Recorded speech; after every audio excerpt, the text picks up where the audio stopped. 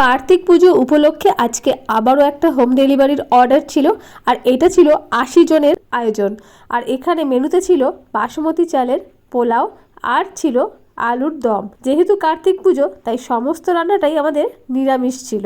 আর এখানে আলুর দমের মশলা কষানো হচ্ছে।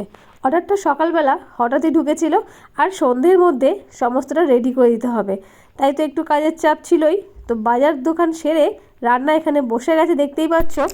আলুর দমে ঘি ছড়ানো হয়ে গেল। আর এই গ্রেভিটা তুলে দেওয়ার পর আমাদের বাসমতি পোলাওটা রেডি করে নেওয়া হবে। কাস্টমারের আবদার ছিল বাসমতি চালের পোলাও, কারণ বাসন্তী পোলাওটা অনেকটাই একঘেয়েমি হয়ে গেছে। তাই বাসমতি চালের পোলাও আমাদের এখানে তৈরি হচ্ছে, দেখতে পাচ্ছ। বাসমতি চালের পোলাওটা কিন্তু খেতে বেশ ভালোই হয়। তো বাসমতি চালের পোলাও এখানে মোটামুটি আমাদের রেডি। আর অর্ডারটা গুছিয়ে নিয়েই সন্ধে তো হয়েই গেছে, তো এটা এখন চলে যাবে ডেলিভারির জন্য। বাসমতি চালের পোলাও কার কার পছন্দ সেটা কমেন্ট